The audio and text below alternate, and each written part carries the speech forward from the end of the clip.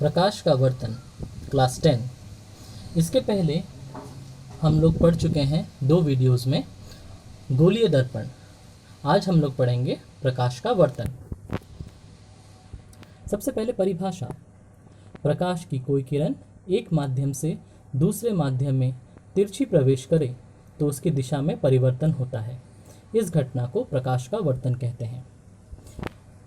इस चित्र में एक ग्लास स्लैब मतलब कांच का एक स्लैब दिया हुआ है जिसे एक्सपेरिमेंट के लिए यूज़ करते हैं।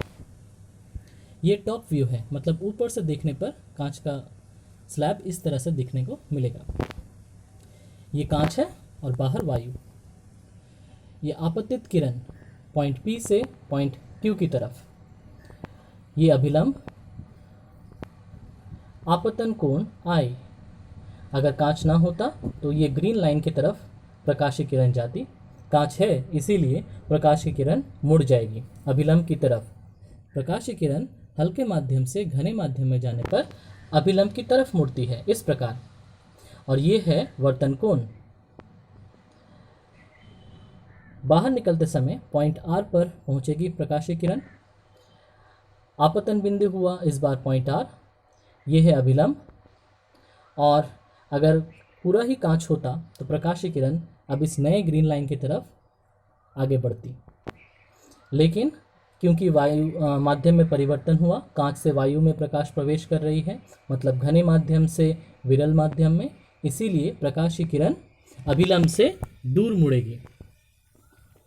पॉइंट S की तरफ प्रकाशीय किरण जाएगी तो PQ और ये जो ग्रीन लाइन ऊपर वाला है, इस सीध में प्रकाशीय किरण जाती अगर कांच ना होता तो। क्योंकि कांच है इसीलिए प्रकाशीय किरण अब RS से निकल रही है, तो इस रेड लाइन बराबर इतनी दूरी तक प्रकाशीय किरण जो है वो सरक गई है। इस लंबवत दूरी को, 2 लाइंस के बीच की लंबवत दूरी को पार्श्व विस्थापन कहते हैं, साइड लैटरल डिस्प्लेसमेंट। इसे हम लोग D से नाम से प्रदर्शित कर रहे हैं। तो D हुआ वो दूरी जितनी दूरी तक प्रकाशीय किरण सरक गई है एक समान अंतर कांच से गुजरने के बाद। वर्तन का कारण। विभिन्न माध्यम में प्रकाश का वेग विभिन्न होता है, इसी कारण प्रकाश का वर्तन होता है। वायु में प्रकाश का किरण ज़्यादा है और कांच में प्रकाश का वेग जो है वो कम है। वायु में वेग ज़्यादा, कांच में वेग कम। प्रकाश के वर्तन के नियम। 2 नियम हैं। पहला नियम, आपतित किरण, अभिलंब और वर्तित किरण आपतन बिंदु पर तीनों एक ही समतल पर होते हैं। फिर से दिखा रहे हैं, कांच, बाहर वायु, प्रकाशीय किरण आपतित हुई पॉइंट P से Q की तरफ। ये है PQ जो हुआ वो है आपतित किरण। ये डॉटेड लाइन अभिलंब और ये तो है आपतन कोण I। और ये जो लाइन अभी गया ये है वर्तित किरण।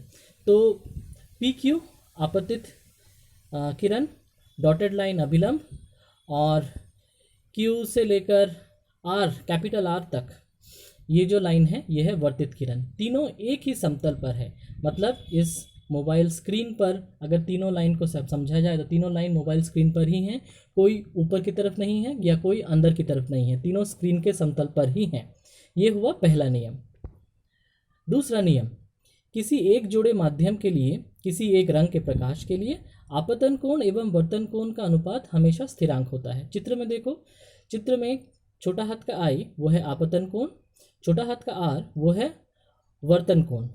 दोनों का साइन का अनुपात sine I by sine R, जो हम मैथमेटिक्स में पढ़ेंगे त्रिकोणमिति में, इस अनुपात को देखा जाए किसी भी एक जोड़े माध्यम के लिए, जैसे यहाँ पर वायु और कांच है, अगर मान लो कि कहीं पर पानी और कांच है तो उसके लिए जो अनुपात होगा वो हमेशा सेम होगा, चाहे कोई भी एंगल हो आपतन का, कोई भी एंगल हो वर्तन का। ये जो अनुपात है साइन I और साइन R हमेशा स्थिरांक होगा किसी एक जोड़े माध्यम के लिए और किसी एक रंग प्रकाश के लिए। इसका मतलब ये भी है कि लाल रंग के लिए अलग है ये वर्तनांक, मतलब जो स्थिरांक है इसे हम लोग वर्तनांक नाम देते हैं।